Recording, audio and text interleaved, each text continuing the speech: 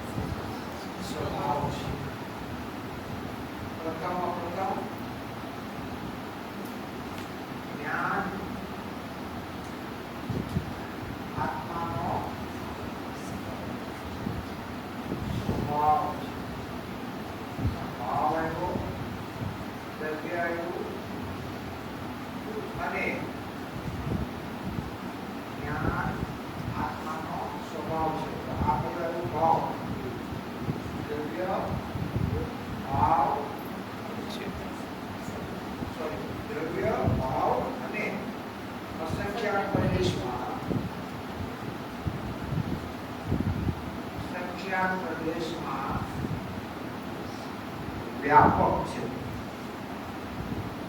आयनो स्वक्षेत्र व्यापक છે અને જ્ઞાન આત્માનો સ્વભાવ છે અને અસંખ્યાત પ્રદેશમાં વ્યાપક છે બરાબર છે આટલી વાત અને બીજું પહેલો પોઈન્ટ આપણે અને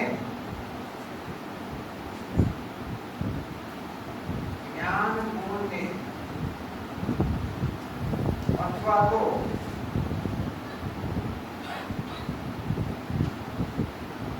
चैतन्य स्वभाव ने अनुसरीने चैतन्य स्वभाव ने अनुसरीने 12 प्रकारનો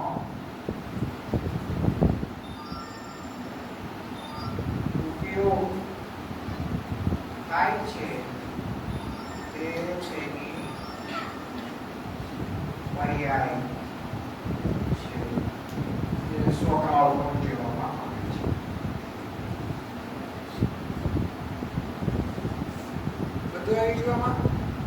द्रव्य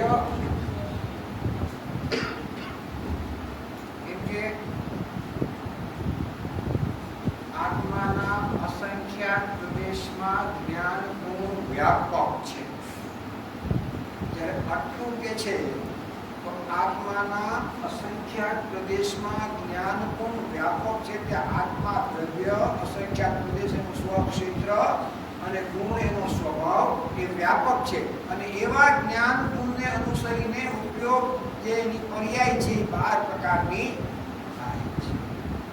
ચૈતન્ય કેવું છે? સામાન્ય અને વિશેષ. કેવું છે ચૈતન્ય? ચૈતન્ય કેવો છે?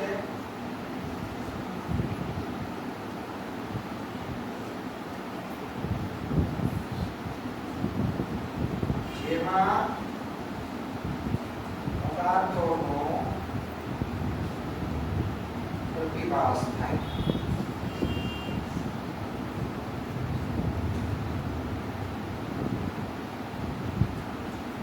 જેમાં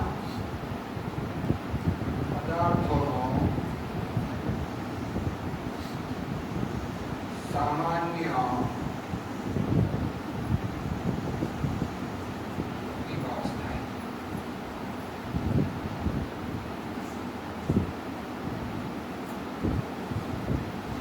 જેમાં પદાર્થોનો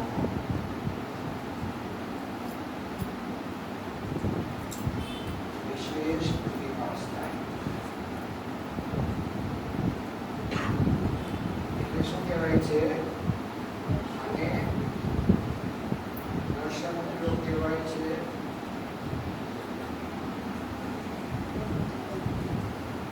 અને જ્ઞાન ઉપયોગ કહેવાય છે.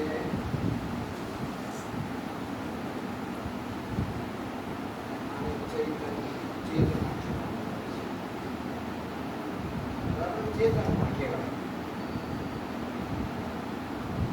બરાબર છે. એટલું બેઠું આના 4 પ્રકારના પર્યાય છે.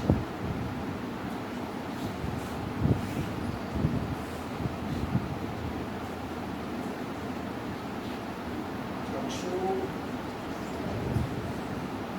અચક્ષુ, બૌદ્ધિક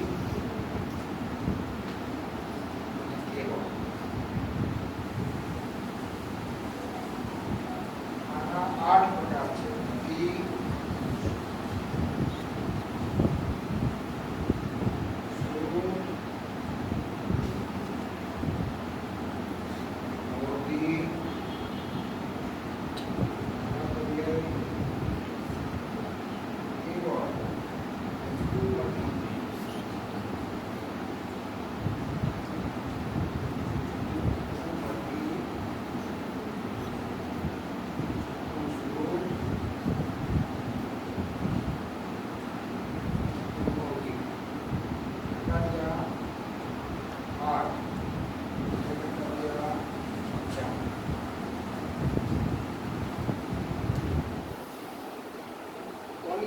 જ્ઞાન લક્ષણની ચર્ચા કરી છે આપણે. જ્ઞાન ચૈતન્ય. કેવો છે ચૈતન્ય? કેવો છે ચૈતન્ય ગુણ? કેવો છે ચૈતન્ય સ્વભાવ? અને કેવી છે બધી પર્યાય? તો કે છે કે આત્માના ચૈતન્ય સ્વભાવને અનુસરીને થનારો જે ઉપયોગ તેને શું કહેવામાં આવે છે? ઉપયોગની વ્યાખ્યા છે આત્માના ચૈતન્ય સ્વભાવને અનુસરીને થનારો જે વ્યાપાર છે તેને 50 ટીકા છે. 50 ટીકા આત્માના ચૈતન્ય સ્વભાવને અનુસરીને થનારો વર્તનારો જે વ્યાપાર તેને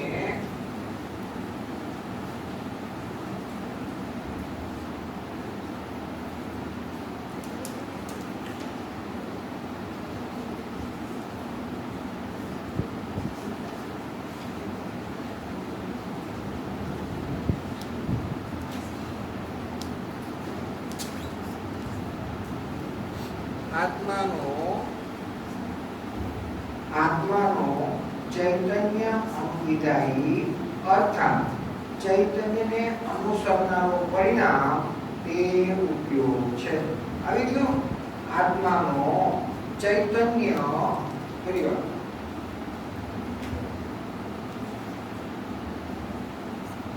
આત્માનો એટલે કેવો આ ચૈતન્ય ઉપયોગની વ્યાખ્યા છે. આ તો ગુણ છે. હવે પર્યાયની વ્યાખ્યા.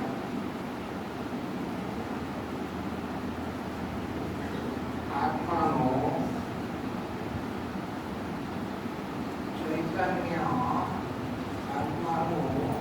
ચૈતન્ય અનુવિદાયી પરિણામ શબ્દ આવ્યો ને તે ઉપયોગ છે. આત્મા શેના દ્વારા ઓળખાય? ઉપયોગથી ઓળખાય. આત્મા શેનાથી ઓળખાય? ઉપયોગ લક્ષણથી ઓળખાય. તો ઉપયોગ કોણ છે? જે હમણાં એમાં થયું 8 અને 4 કોને અનુસરીને આવ્યો છે? તો કે ચૈતન્ય સ્વભાવને અનુસરીને આવ્યો છે. ચૈતન્ય સ્વભાવ કેવો છે? અસંખ્યાત પ્રદેશમાં વ્યાપક છે. ચૈતન્ય સ્વભાવ કેવો છે? અસંખ્યાત પ્રદેશમાં વ્યાપક છે. કેવી રીતે નક્કી થાય? તો કે છે ગુણની પરિભાષા છે. ગુણોના ગુણની વ્યાખ્યા બોલો. દ્રવ્યના આવી ગયું. અસંખ્યાત એ પૂરા ભાગમાં અને 12 પ્રકારનો ઉપયોગ છે. ક્યાં છે? 5 પ્રકારની પર્યાયમાં. મતિ, શ્રુત, અવધિ, મનપર્યાય કેવું. તો પૂરા ભાગમાં અને તેની સર્વમાં. તો આ જ્ઞાન પણ કેવું છે? આત્માનો સ્વભાવ છે. એક વાત સ્વભાવ છે માટે કેવો છે? એના અસંખ્યાત પ્રદેશમાં વ્યાપક છે અને તેની સર્વ હાલત એટલે કે મતિ, શ્રુત, અવધિ, મનોપર્ય કેવળ જ્ઞાન માટે વિદ્યમાન છે. માટે ગુણની પરિભાષા યાદ કરવાની કે ગુણની વાત આવે કે દ્રવ્યના પૂરા ભાગમાં અને તેની સર્વ હાલતમાં જે રહે તેને ગુણ કહેવામાં આવે છે. તો એ આવી ગયું. બરાબર છે. અને એને અનુસરીને થનારો 12 પ્રકારનો ઉપયોગ આત્માનો. અહીંયા આપણે સિદ્ધ બોલમાં આત્માનું દ્રવ્ય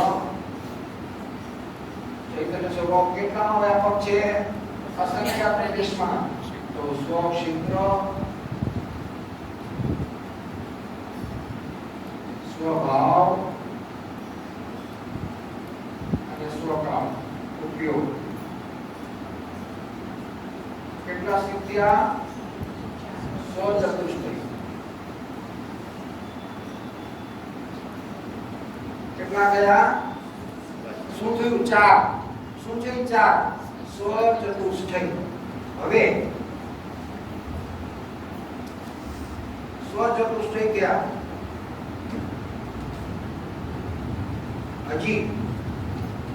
હજી આમાં આપણે જો થોડું નક્કી કરવું હોય તો પેલું આપણે નક્કી કર્યું. સૌથી પહેલું તો આપણે મૂળ સબ્જેક્ટ આત્માનો એને અહીંયા દ્રવ્ય કીધું ને. અહીંયા દ્રવ્ય ચૈતન્ય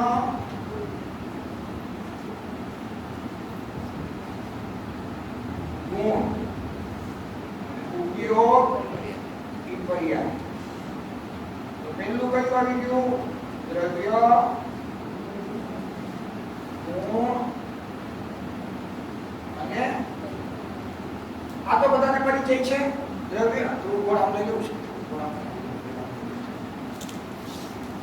આજે બહુ ઇમ્પોર્ટન્ટ ટોપિક છે એટલા માટે સમજવા જેવું છે.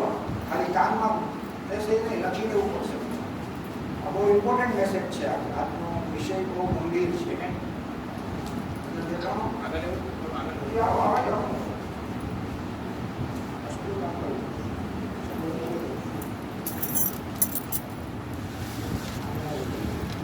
દેખાય બરાબર? જો હવે આપણે 50 ની કાઢી 41 ની કાઢતા 40 ની કાઢતા. આપણી ભાષા ક્યાં છે? 50 ની કાઢ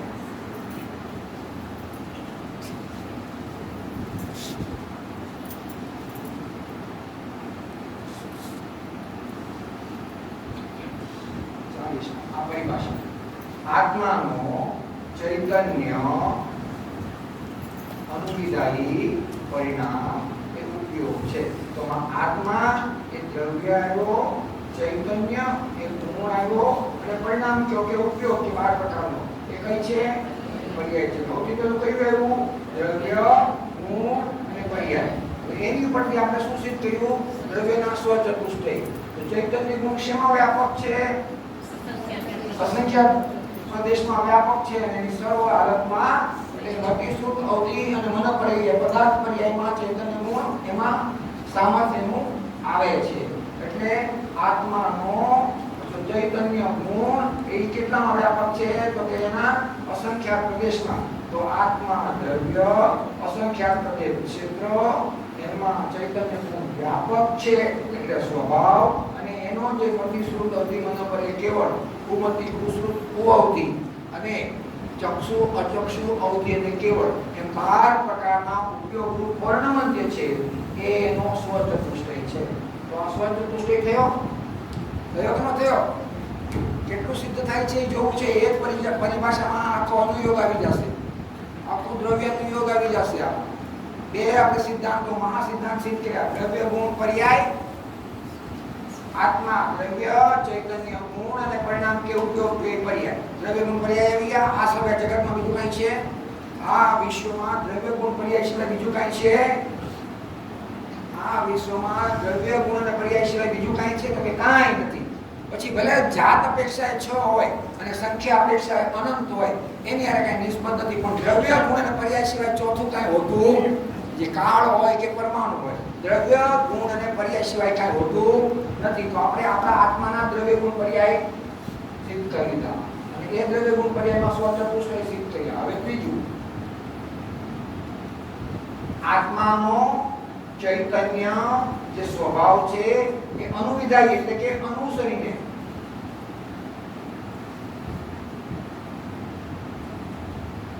અનુવિધાયી એટલે અનુસરીને. પછી એ જ્ઞાનનો ભલે મિથ્યા જ્ઞાન હોય કે સમ્યક જ્ઞાન હોય, એમ નથી કે મિથ્યા જ્ઞાન કુદેવ, કુગુરુ અને કુશાસ્ત્રમાંથી આવે અને સમ્યક જ્ઞાન ચૈતન્ય સ્વભાવને અનુસરીને આવે, એમ નથી.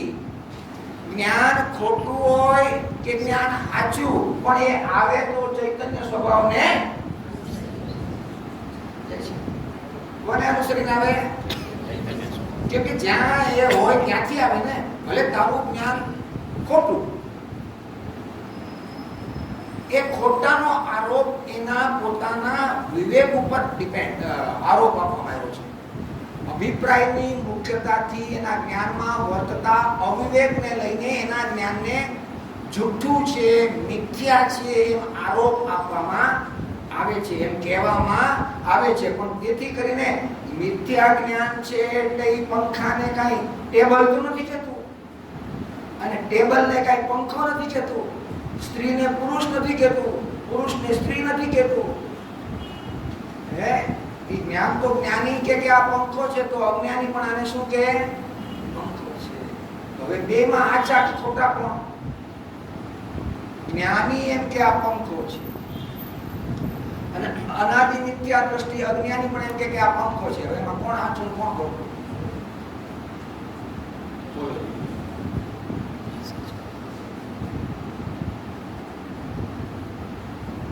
ચલો, દૂર જ્ઞાની ઉભા હોય અને ભૂલથી એમ કે આ એક કંઈક ડેકોરેશન આઈટમ છે, બોલો કે ના ના ડેકોરેટિવ આઈટમ નથી, આ પંખો છે, તો કોણ સાચું કોણ ખોટું? જ્ઞાની સાચા. બે ભૂમિકામાં જ્ઞાની સાચા અને બે ભૂમિકામાં અજ્ઞાની ખોટો. ઓલામાં જ્ઞાની આ ખોટા હતા, કેવા કે કંઈક છે આ ગોળ ગુંબજ જેવું, અને ઓલા કે નાના પંખો છે, એમાં જ્ઞાની ખોટા હતા અને અજ્ઞાની સાચો હતો. અને જ્ઞાનીએ કીધું કે આ પંખો છે અને અજ્ઞાનીએ કીધું કે આ પંખો છે, ત્યારે બેય સાચા હતા. છતાં પણ અજ્ઞાની બેય ભૂમિકામાં ખોટા છે અને જ્ઞાની બેય ભૂમિકામાં સાચા છે. પહેલા જ્ઞાની એમ કીધું કે આ ગુંબજ જેવું છે, ત્યારે એનો અભિપ્રાયનો દોષ નહોતો, ક્ષયોપશમિક દોષ હતો, જોવામાં ભૂલ થઈ ગઈ એનો દોષ હતો, એને અભિપ્રાયનો દોષ ન કહેવાય. ક્ષયોપશમિક ભૂલ આત્માના સમ્યક દર્શનનું બાધક કે ઘાતક નથી. જોવામાં ભૂલ થઈ ગઈ, સમજવામાં ભૂલ થઈ ગઈ, સાંભળવામાં ભૂલ થઈ ગઈ, એ જ્ઞાનીના અભિપ્રાયને ખંડિત કરતું નથી. માટે જ્ઞાનીએ ભૂલથી એમ કીધું કે ત્યાં કઈ ગુંબદ જેવું દેખાય છે, તો એના જોવાના ઇન્દ્રિયના નિમિત્તે થનારા જ્ઞાનના ગ્રહણમાં ભૂલ છે, પણ એનો અભિપ્રાય કઈ નથી ખંડિત થતો નથી. અને જ્ઞાની અજ્ઞાનીએ ત્યારે પંખો કીધો અને અત્યારે પંખો કીધો, અને જ્ઞાનીએ અત્યારે પંખો કીધો, તોય તે જ્ઞાની સાચા અને ઓલાએ સાચું કીધું કે આ પંખો છે, અજ્ઞાની તો એ ખોટો. કેમ કેમ કેમ કે જ્ઞાનીએ પંખાનું જ્ઞાન કર્યું કે જે એના જાણવાના વિષયનું પ્રયોજનભૂત કાર્ય નહોતું.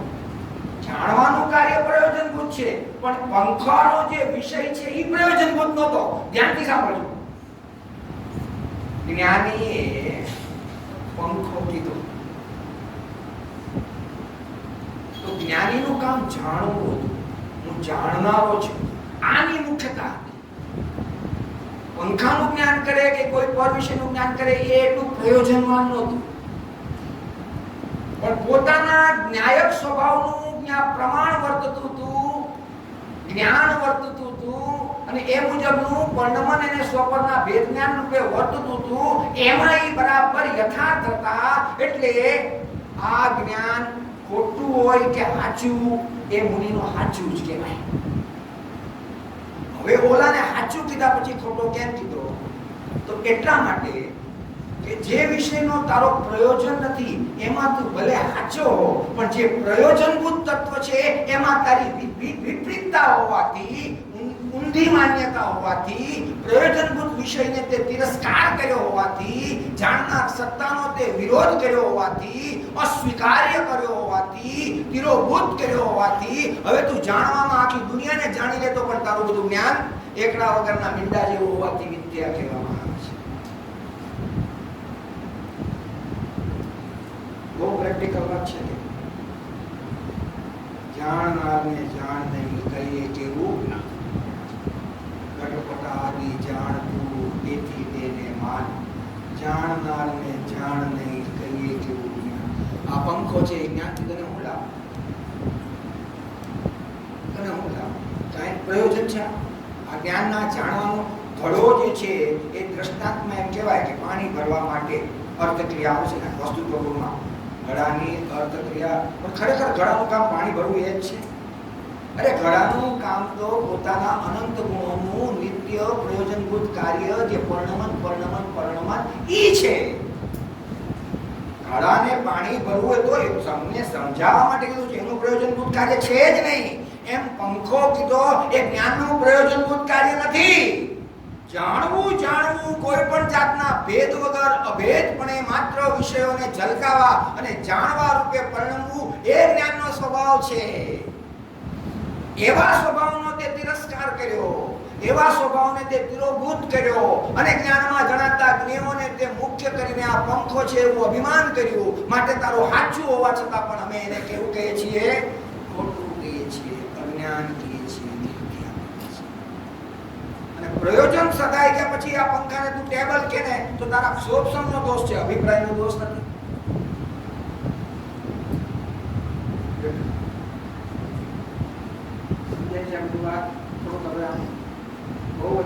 ઢીલું થઈ ગયું, થોડું હાર્ડ આવશે.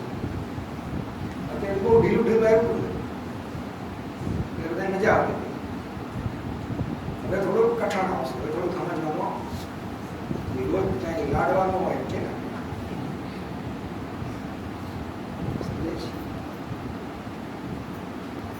તો જ્ઞાન કોને અનુસરીને આવે છે? મિથ્યા હોય કે અજ્ઞાન. એક ઉપયોગ જે 12 પ્રકારનો છે એમાં કુમતિ, કુશ્રુત, અવધિ હોય, જે સુમતિ, સુશ્રુત, સુઅવધિ, મનો અને કેવળ હોય. એ ચૈતન્ય સ્વભાવને અનુસરીને આવે છે. પરને અનુસરીને કે જ્ઞેયને અનુસરીને જ્ઞાન થતું નથી. આત્માનું જ્ઞાન થયું તો પણ એ ચૈતન્ય સ્વભાવને અનુસરીને થયું છે, દેવ શાસ્ત્ર ગુરુથી નહીં.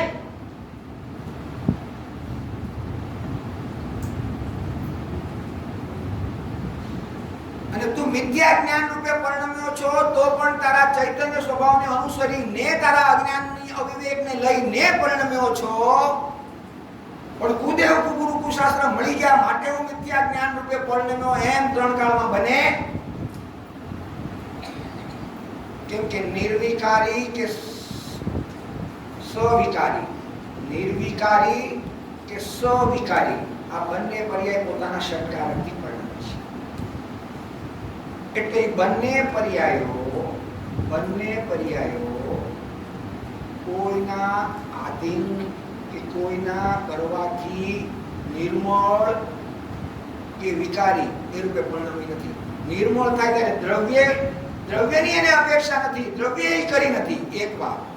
અને જ્યારે વિકારી થાય છે ત્યારે કર્મે કરાવી નથી. કેમ કે એવા બે ગુણ, પર્યાયને હું કરું એવો ગુણ પણ આત્મામાં નથી અને પર્યાયમાં વિકારી કરું એવો ગુણ પૂતગળમાં નથી. તો એક સમયની પર્યાય કેવી રીતે થઈ? તો કે એના ષટકારકથી થઈ.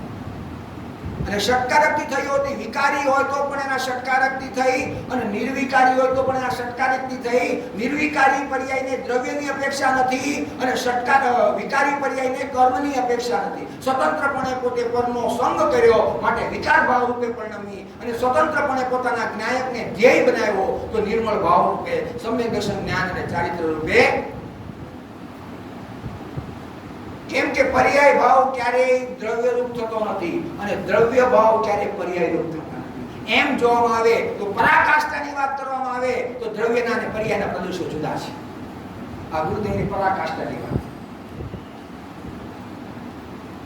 એમ કે હું વાત કરું છું શું આ પર્યાય છે આ દ્રવ્ય છે? અમે એમ નથી કહેતા. કેમ કે પર્યાયનો આધાર તો દ્રવ્ય જ છે. એ વસ્તુને અમે કાયમ રાખીએ છીએ પણ એનો જે ધર્મ છે, વસ્તુમાં વસ્તુપણાને નિપજાવનારી પરસ્પર વિરુદ્ધ બે શક્તિઓનો એક સાથે પ્રકાશ તેને અનેકાંત કહે છે. તો આત્મામાં બે વિરુદ્ધ ધર્મો આવ્યા ન આવ્યા? એક કાયમ એકરૂપ ભાગ રહેનારો અને એક કાયમ પલટતો પ્રવાહ. તો આ બે વિરુદ્ધ ધર્મો ક્યારે હોય ક્યારે ન હોય? અનાદિ અનંત છે. ત્યારે સંત નિગોદમાં હો કે સિદ્ધમાં હો, આ વિરુદ્ધ ધર્મો અનાદિ અનંત રહેવાના.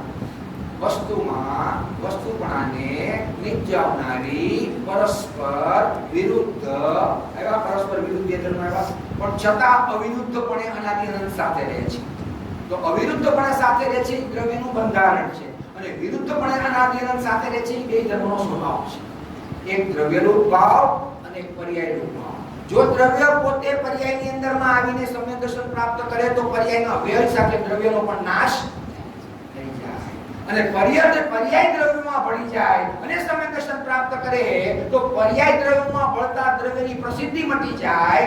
જેમ સાકર અગર સાકરના દ્રવ્યમાં બેસી જાય તો શૂન્ય થઈ જાય, બારમાં મીઠાશ વગર નહીં.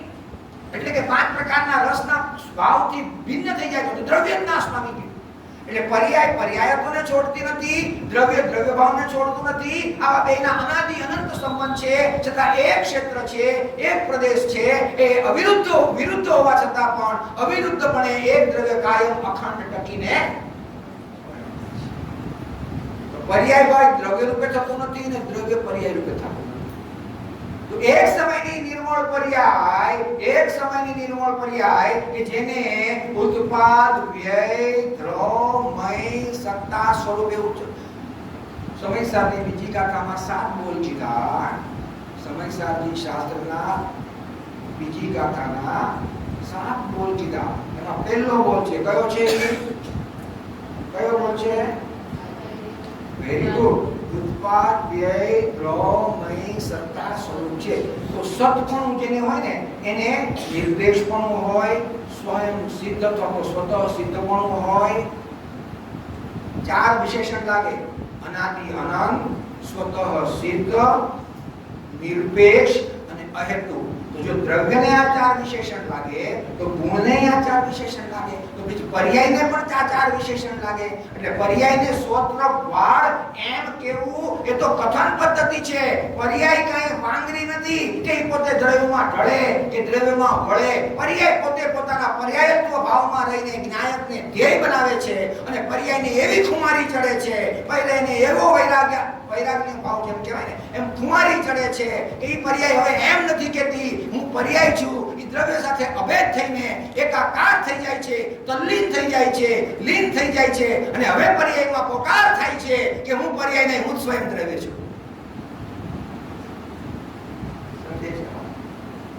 છતાં પર્યાયમાં છે દ્રવ્ય પોતાના સ્વભાવમાં રહીને એને પોતાના પોતે જેના નાતની છે, જેના જાતની છે, જેને અનુસરીને આવી છે એ મય થઈ જાય છે.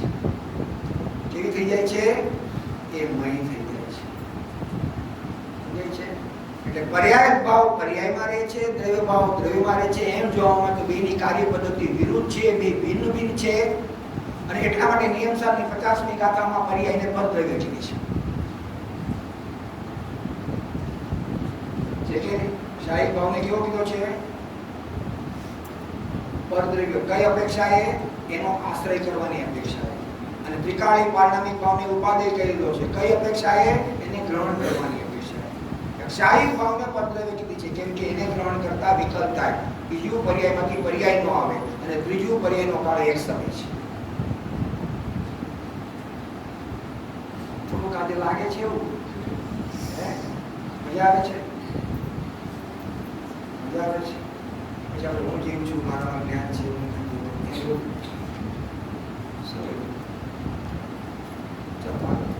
તો શું ક્યાં આવ્યા આપણે કે 12 પ્રકારનો જે પરિણામ છે ચૈતન્ય સ્વભાવને અનુસરીને આવે છે. એટલે કે પર્યાયનો આધાર દ્રવ્ય છે પણ પર્યાયનું પર્યાયપણું પર્યાયથી છે. પર્યાય પર્યાયની કર્તા, પર્યાય પર્યાયનું કર્મ, પર્યાય પર્યાયનું સંપ્રદાન, પર્યાય પર્યાયનું અપાદાન, પર્યાય પર્યાયનું અધિકરણ. આવી ગયા છે બોલ? કર્તા, કર્મ, કરણ, સંપ્રદાન, અપાદાન અને એને અભેદ કરીને જો કથન કરવું હોય તો આત્મા કર્તા, આત્મા કર્મ, આત્મા કરણ, આત્મા સંપ્રદાન, આત્મા અધિકરણ, આત્મા અપાદાન, આત્મા અધિકરણ. અભેદ પર્યાયને દ્રવ્ય સાથે અભેદ કરીને જો કથન કરવામાં આવે તો આત્મા આત્મા આત્મા આત્મા આત્મા આવે. અને જ્યારે આત્માને અકર્તા, અવેદક, અકારક સિદ્ધ કરવો હોય, અકર્તા સિદ્ધ કરવો હોય ત્યારે આત્મા તો અકારક છે, અકર્તા છે, અભોક્તા છે, અકારક છે, 320 અવેદક છે. તો ત્યારે પર્યાય કરતા, પર્યાય કર્મ, પર્યાય કરણ, પર્યાય સંપ્રદાન, પર્યાય અપાદાન અને પર્યાય સ્વભાવને બતાવવો હોય ત્યારે પર્યાયના સત્કારકનો ઉલ્લેખ કરવામાં આવે. અને જ્યારે એક અસ્તિત્વ સિદ્ધ કરવું હોય ત્યારે પર્યાયને દ્રવ્ય સાથે અભેદ કરી આત્મા જ કરતા, આત્મા જ કર્મ અને એમ કરીને વ્યવહાર કારકોથી ભિન્ન. એટલે કે વ્યવહાર કારકોથી આત્માને ભિન્ન બતાવવો હોય તો વ્યવહાર કારકમાં આવ્યું તો કુંભાર કરતા, ઘડો કર્મ, પાણી ભરવા માટે કરણ, પીવા માટે સંપ્રદાન, ટોપલામાંથી અપાદાન ને જમીનનો આધાર હોવાથી અધિકરણ. આ વ્યવહાર કારક હતા. કયા કયા? કુંભાર કરતા, ઘડો કર્મ, ચક્ર વગેરે, દંડ વગેરે કરણ, પીવા માટે સંપ્રદાન, ટોપલામાંથી અપાદાન અને જમીનનો આધાર એ અધિકરણ. હવે એનાથી આત્માના કાર્યને ભિન્ન બતાવવું હોય ત્યારે ઈ જ પર્યાયને, ઈ જ ઘડાની ક્રિયાને આત્મા સાથે અભેદ કરીને આત્મા કરતા, આ ઘડોએ કર્મ, આત્માએ પોતાને જ ઈ કાર્ય આપ્યું હોવાથી આત્મા સંપ્રદાન, પોતાનામાં સામર્થ્ય ત્રિકાળ પડ્યું હતું એમાં એને અનુસરીને આ ઘડાની પર્યાય થઈ માટે અપાદાન અને પોતે જ પોતાનો આધારમાંથી એ પર્યાય, પોતાના અસંખ્યાત પ્રદેશમાંથી એ પર્યાય ઉત્પન્ન થઈ હોવાથી પોતે એનું અધિકરણ. એમ જ્યારે આત્માને કરતા કર્મ, કરણ, સંપ્રદાન, અપાદાન, અધિકરણ કહેવામાં આવ્યો કે જેને આપણે અકારકને અવેદેક સિદ્ધ કરવો છે એને ત્યારે એમ શું કામ કહેવામાં આવ્યું? વ્યવહાર કારકોમાં તારી બુદ્ધિ હતી, એનાથી આ કાર્ય થયું. કુંભારે કર્યો એવી તારી એ બુદ્ધિને ત્યાગવા માટે આત્માએ કર્યો, આત્મા માટે કર્યો, આત્મામાંથી કર્યો. આત્માના આધારથી કર્યો એમ કહેવામાં આવે છે. પણ જ્યારે હવે એમ થાય છે કે એમાંથી હટી ગયો ત્યારે કહે છે કે આત્મા એક સમયની પર્યાયને કરે તો એક સમયનો થઈ જાય. અને ત્રિકાળ ક્યારે એક સમયને કરે? એ ત્રિકાળ છે અને એક સમયને કરે. અને અગર એ ત્રિકાળ એક સમયને કરે તો ઘડો જ કેમ કર્યો? એનામાં તો ઘણી બધી તાકાત હતી. ગળાની, જારીની,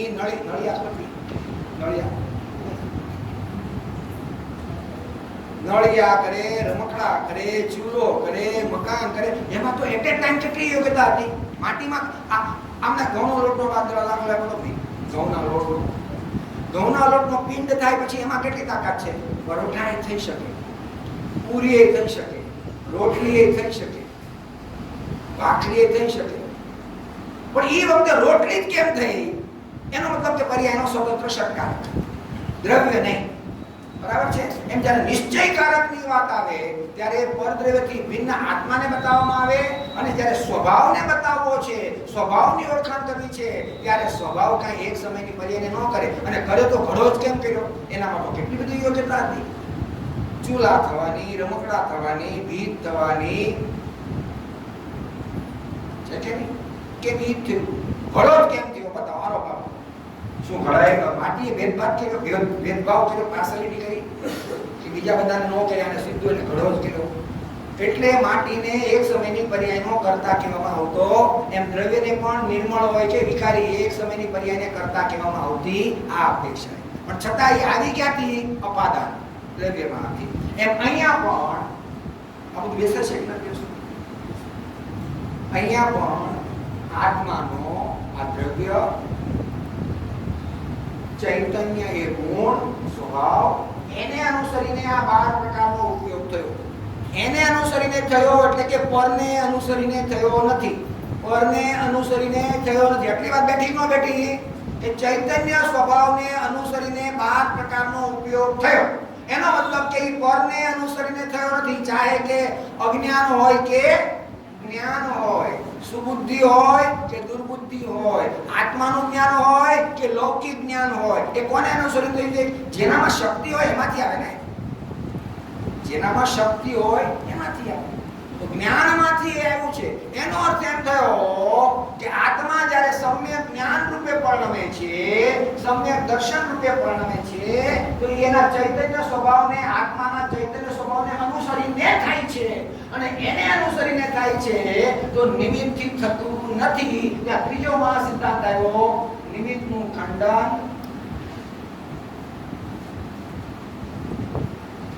નિમિત્તનું ખંડન અને ઉપાદાનનું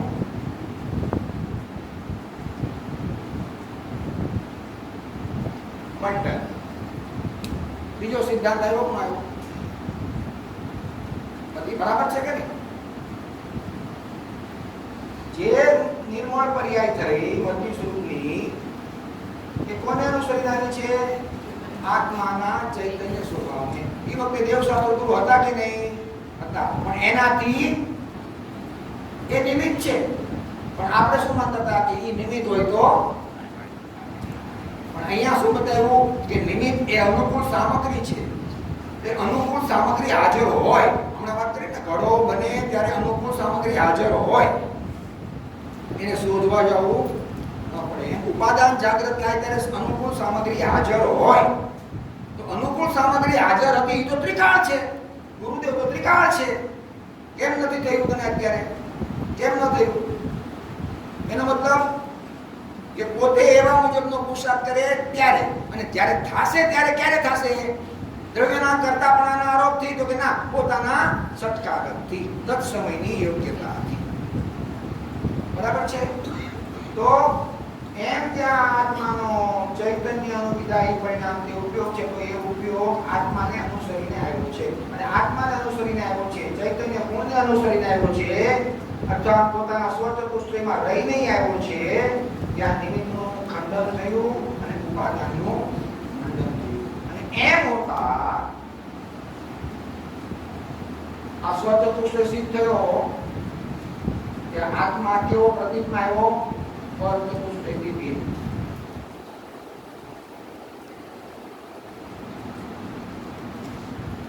હું મારા દ્રવ્ય ક્ષેત્ર કાળભાવમાં છું અને પર પરદ્રવ્ય ક્ષેત્રકાળ ભાવમાં છે, અર્થાત હું મારા સ્વચતુષ્ટયમાં છું અને પરદ્રવ્ય પરચતુષ્ટયમાં છે, એટલે કે એના સ્વચતુષ્ટયમાં છે, એટલે કે હું સ્વચતુષ્ટય અને પરદ્રવ્ય પરચતુષ્ટય, હું મારામાં છું ઈ એનામાં છે. મારું જ્ઞાન મારામાં છે તો મારું જ્ઞાન મારાથી થાય, પરથી ન થાય તો મારાથી થાય અને કે મારા સ્વચતુષ્ટયમાં રહીને થાય અને પરમાં રહીને ન થાય. સ્વચતુષ્ટય જાય કે નહીં, દ્રવ્ય ક્ષેત્ર કાળ અને ભાવ. તો જ્ઞાન પણ કોને અનુસરીને થાય છે? ચૈતન્ય સ્વભાવને અનુસરીને. કેવી રીતે? કે પોતાના દ્રવ્ય ક્ષેત્ર કાળ ભાવમાં રહીને. તો એના મતલબ કે જ્ઞાનનું તત્પણું ક્યાં છે? સ્વચતુષ્ટયમાં છે અને જ્ઞાનનું અતત્પણું ક્યાં છે? પરચતુષ્ટયમાં છે. તો મારું જ્ઞાન મારાથી થાય, પરથી ન થાય, અને મારું જ્ઞાન મારાથી થાય, પરથી ન થાય, તો પર જે છે એ અનુકૂળ સામગ્રી છે અને મારાથી થાય એ મારું ઉપાદાન છે. એટલે નિમિત્તનું ખંડન થયું અને ઉપાદાનનું મંડન થયું અને પરચતુષ્ટયમાં જે કર્તાપણાનો આરોપ હતો એનાથી પોતાને બરાબર છે. અને આમ હોવાથી ઉપાદાન અને નિમિત્ત વચ્ચે અત્યંત અભાવ છે. કયું નિમિત્ત? પ્રેરક અને ઉદાસી. આ બધા જ કેવા છે? કેવો છે? અત્યંત અભાવ છે. કે તું ક્યાંય ખૂણે ખૂણે એવો મોહ કરતો હો કે મને કોઈ આવી સમજાવી જાય, આ બધી જ અંદરમાં ક્લિયરિટી કરતો કરવાનું છે. તારે પોતાની છે. કાર્યના 4 કરતા થયા. ક્યાં 4 કરતા થયા? 4 કરતા થયા કાર્યના. કયા કયા થયા? વિકારી, પૂર્વવર્તીનો વ્યય,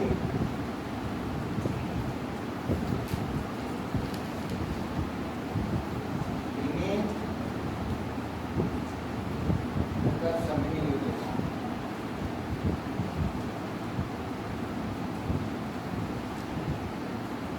વિકારીમાં તો આ ત્રણેય ગણનું સામર્થ્ય છે. તો એ કેમ એને નિશ્ચિત કાર્ય કર્યું? એટલે ત્રિકાળી કાર્યનો કરતા હોઈ શકે નહીં. અને જો કાર્યનો કરતા એ પોતે હોય તો કર્તાની પરિભાષા શું છે? સ્વતંત્રપણે કરે તે કર્તા. અને કર્તાનું ઈષ્ટ જે છે એ એનું કર્મ. આવી પરિભાષા છે કર્તા કર્મ અધિકારમાં. શું છે? સ્વતંત્રપણે કરે તે કર્તા અને કર્તાનું ઈષ્ટ જે છે એ એનું કર્મ છે.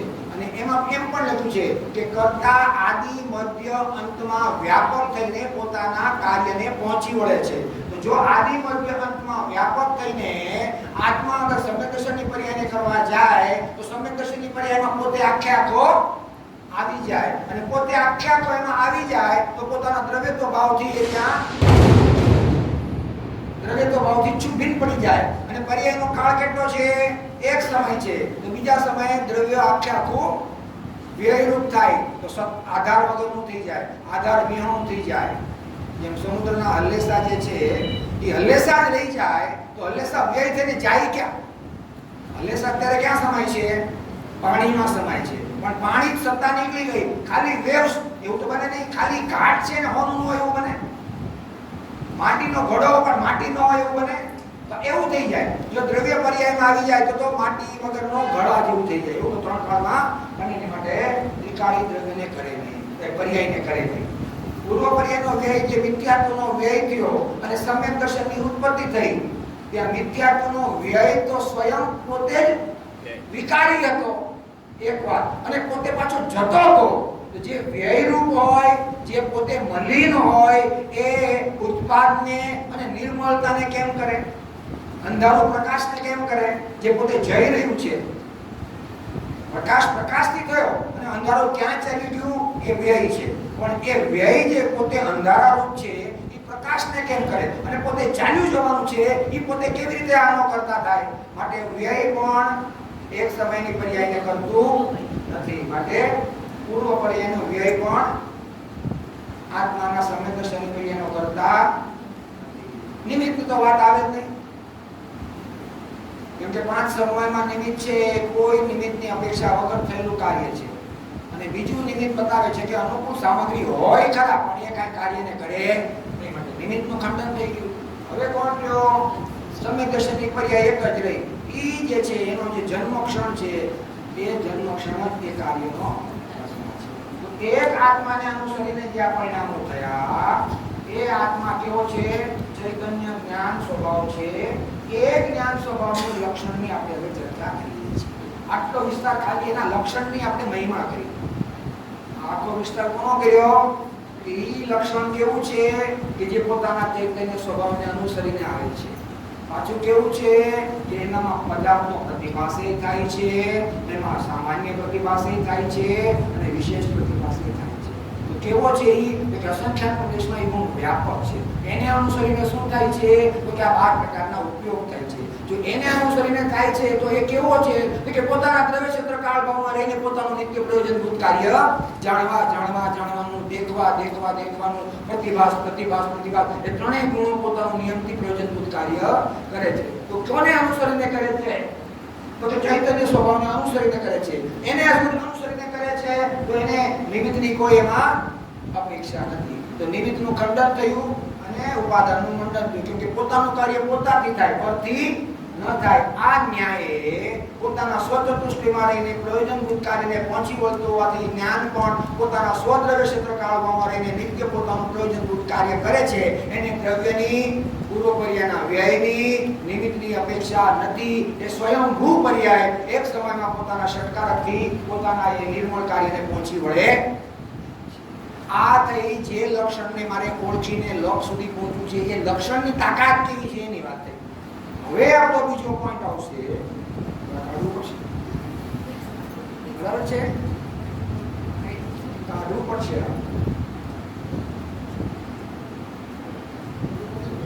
સમજાય છે આ બધું? નો સમજાય તો પ્રશ્ન કરો. નો સમજાય તો પ્રશ્ન કરો. આ બધું સમજવાનું બહુ અગત્યનો ટોપિક છે. કેમ કે સિદ્ધિ પ્રયોજનભૂત વાત છે. જ્ઞાન ગુણ કેમ કામ કરે છે, એ કેવો છે, આ બધા પડખામાં આવી ગયા. એ જ્ઞાન પોતાથી છે, પરથી નથી, એ વાત આવી ગઈ. પોતાનું કાર્ય પોતે જ કરી શકે એ વાતે આવી ગઈ. એને કોઈની અપેક્ષા નથી, નિરપેક્ષ છે એ વાતે આવી ગઈ. મિથ્યા હોય તો પણ પોતાથી છે અને સમ્યક હોય તો પણ પોતાથી છે. એની સ્વતંત્રતા આવી ગઈ. એનું સ્વચતુષ્ટય પણ આવી ગયું. એનું દ્રવ્ય ગુણ પર્યાય પણ આવી ગયું. એના બારે પરિણામોની ચર્ચા થઈ ગઈ. એ અસંખ્ય પ્રદેશમાં વ્યાપક છે એને ચર્ચા થઈ ગઈ. અને એને અનુસરીને આ આત્મા કામ કરે છે એમે થઈ ગયું. અને એમ કરતો હોવાથી એ પોતાથી છે, પરથી નથી એવું સ્વતંત્રતાપણાનું પણ એમાં જોર આવી ગયું. અને આમ હોવાથી એ દ્રવ્ય ગુણ પર્યાય, સ્વચતુષ્ટય, નિમિત્તનું ખંડન, ઉપાદાનનું મંડન, પરચતુષ્ટયથી એની ભિન્નતા અને આ બે વચ્ચે અત્યંત અભાવ છે એવા શાસ્ત્રના મહાસિદ્ધાંતો પણ અહીંયા. હવે આપણો બીજો મુદ્દો આવશે.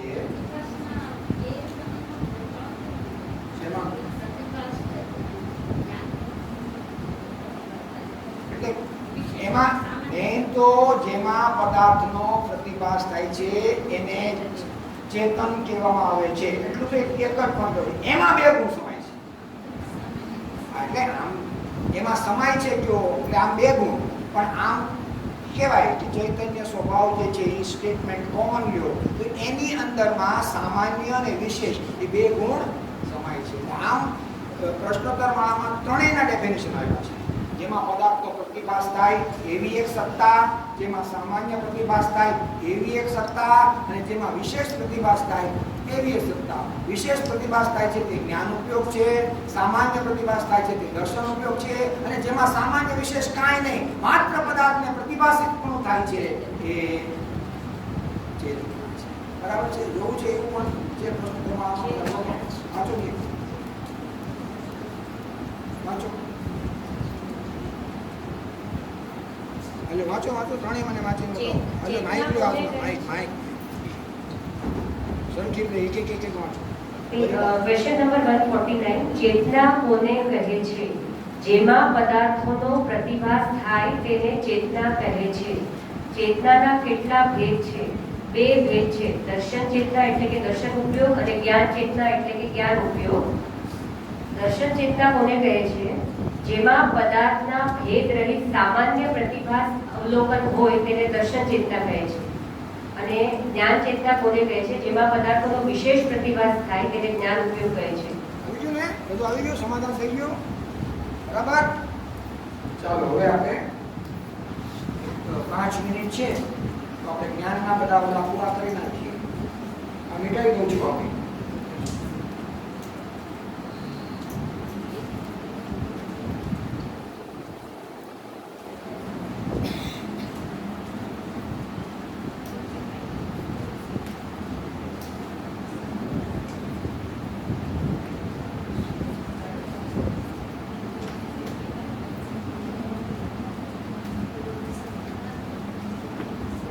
બીજું કયું આવશે? પહેલું તો ચર્ચા થઈ ગઈ આપણે.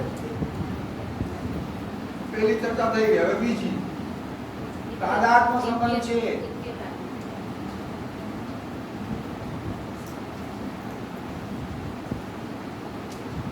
પછી ત્રીજું શું આવશે? ચેતનત્વ બનેલું છે, ચેતન છે, જાણનાર છે.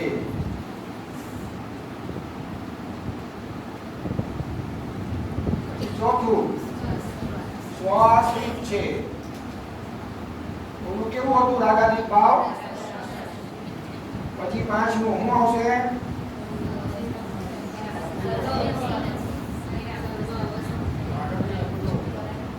સર્વ અવસ્થા.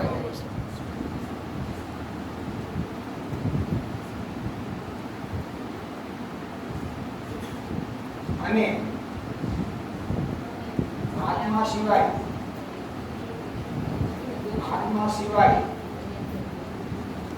ક્યાંય આ લક્ષણ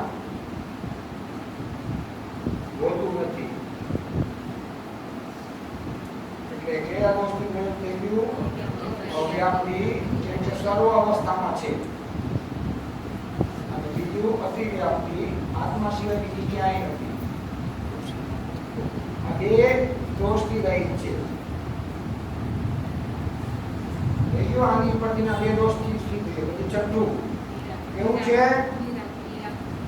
અનપૂર્ણ આનંદ છે.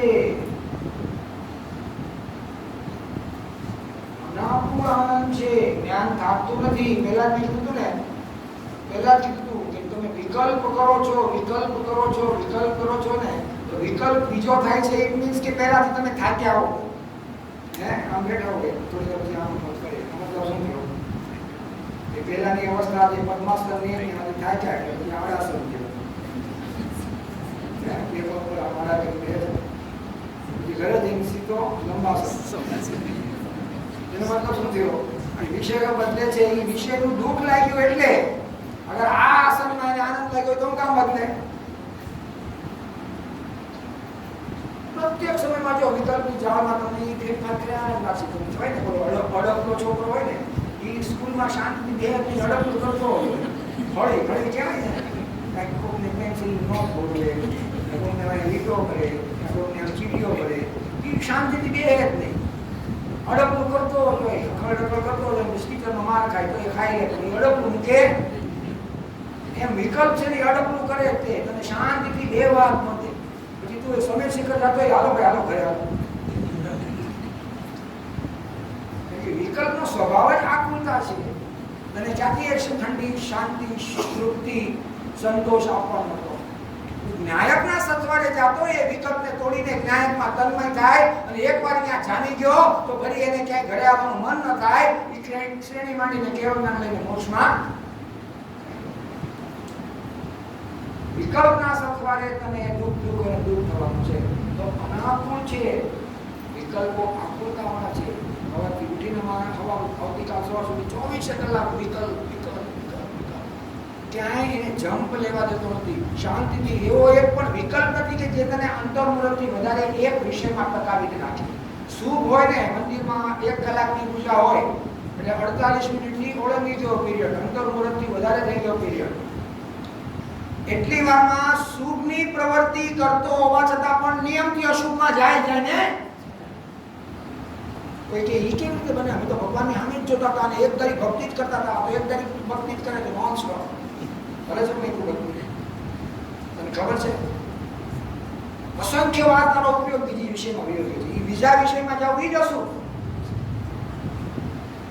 જે કાર્ય પ્રયોજન છે એને છોડીને બીજા વિષયમાં જાવ તો એ કાર્યની અપેક્ષા એ કાર્ય કેવું થયું? અશુભ થયું. ભલે તો અહીંયાથી એમ વિચાર્યું કે મારે જવું છે અહીંયાથી ને સમિત શિખરની જાત્રા માટે નીકળવાનો ટાઈમ થઈ ગયો છે, મારે આ મંદિરનું પતે તરત મારી બસ રાહ જોતી છે. પણ તે મંદિરની પ્રવૃત્તિ કરતા કરતા આ વિચાર કર્યો, એ મંદિરમાં જીનેન્દ્ર ભગવાનને અસાધનામાં નિમિત્ત બન્યો, માટે આ વિકલ્પ તારો અશુભ થઈ ગયો. તને જ્ઞાન ટાઈમ મળ્યો ભગવાનની ભક્તિ કરતી વખતે જ વિકલ્પ પતી જાય પછી મંદિરમાં છોકરાઓ જાય આપણે શું શીખડાવીએ છીએ? 3 વાર બોલવાનું, 3 વાર બોલવાનું. અહીંયા જે વિચાર કરે મારે ઘરે જેમ ખાખરો ચા ખાવી છે પતી ગયું. અહીંયા તમને ટાઈમ મળ્યો, મંદિરમાં ટાઈમ મળ્યો, બીજે ક્યાંય નહીં. એટલે તો અનર્થ ગણ વ્રત છે કે નહીં? અનર્થ મોટા વિચારનું અનુષ્ઠાન છે. તમારા એ વિચાર કરવાથી ખાખરા ચા અહીં આવી ગઈ, તારા એ વિચારથી શું એ બસ તૂટી ગઈ. તો ભગવાનની ભક્તિ વખતે એટલી તો તું એકાગ્રતા રાખ કે આ ભગવાન છે ને હું નાયક છું. એ એકાગ્રતામાં તું વાતે વિઘ્નો નાખે છો વિકલ્પ રૂપી. એમાં તો પ્રમાણિક થા, એમાં તો તન્મય થા, તો તારો 1 કલાક કાર્યકારી કહેવાય. તો 1 કલાકમાં ભલે તારો ઉપયોગ કોઈ કે તમે જ કહો છો બંધન મૂળથી ટપતો નથી, તમારે અશુભ જવું પડે નહીં. તમે જ કહો છો હવે તમે કન્ફ્યુઝ કરવા માંગો પ્રભુ કાંઈ વાંધો નહીં, ઉપયોગ તારો પડકાનો તો ભગવાનની ભક્તિમાંથી જ્ઞાયકનો વિકલ્પ કરને. ઘરે જઈને ખાખરા ચાનો હું કામ વિકલ્પ કરે છો? હું જાણનારો છું ભગવાન જેવા છે એવો હું છું, એવો વિકલ્પ કેમ ન આવ્યો? અને ઘરે જઈને મારે ચા નાસ્તો કરું છું એવો વિકલ્પ કેમ આવ્યો? તો તારા વિકલ્પની કેટેગરી કેવી થઈ ગઈ? એક સંસાર વર્ધક છે, એક મોક્ષ માર્ગમાં અનુકૂળ સામગ્રી થઈ ગઈ. તો અનુકૂળ સામગ્રીને પ્રોત્સાહન આપવું જોઈએ ને. ઠીક છે, ભગવાનની ભક્તિથી તું 1 સેકન્ડ માટે તારો વિકલ્પ બદલાવ, તો એવો હું છું એમ કરીને પોતાના જ્ઞાયકના દર્શન કરને. ત્યાં બેઠા બેઠા ભગવાનના સામે પોતાના દર્શન કરી લે ને. પણ અહીંયાથી પટેલ હટ ધોતી બદલાઈ સીધું ક્યાં જવું છે? ઘરે જવું છે. આ અનર્થ દંડ છે. એટલા માટે સમ્યક જ્ઞાનના અંગમાં એક તાળાચાર છે. એમાં એવું લખ્યું છે પુરુષાર્થથી ઉપાય કરે, એટલે કે અમૃતચંદ્રાચાર્ય જે કાળે જે વિચાર કરવો હોય ને એ જ કરો. અગર તમે એ વખતે બીજો વિચાર કરો છો ને તો એ તમારો માથા ધ્યાન છે અને એનું ફળ સંસાર છે. ભગવાનની ભક્તિ કરો છો તો ભગવાનના વિચાર કરો, આત્માના વિચાર કરો, ઘરના દુકાનના ઓફિસના વિચાર કરો છો. સમજાઈ ગયું? તો ચાલો અનાકૂળ છે. પછી 7મું તેનું ફળ મોક્ષ છે. કોનું ફળ મોક્ષ છે? લક્ષણ અને લક્ષ એવા વિકલ્પ અત્યારે હતા સમજવા માટે, પણ એવા વિકલ્પ છે ત્યાં સુધી નહીં. એવા વિકલ્પથી પાછો વળે ત્યારે આ જ્ઞાન લક્ષણ મોક્ષનો હેતુ થાય છે.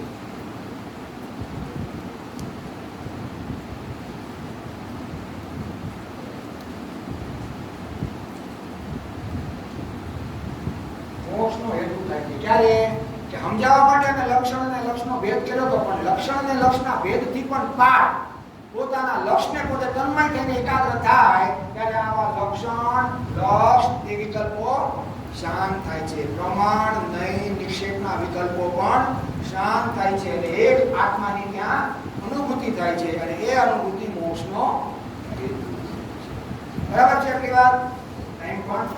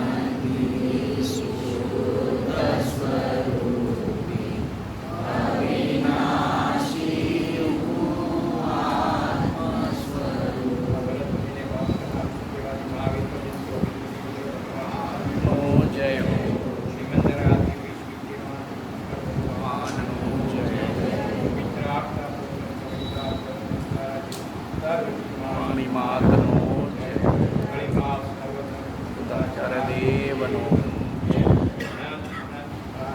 સદગુરુદેવનો જય. ભગવતી માતનો જય. દિગંબર જૈન ધર્મનો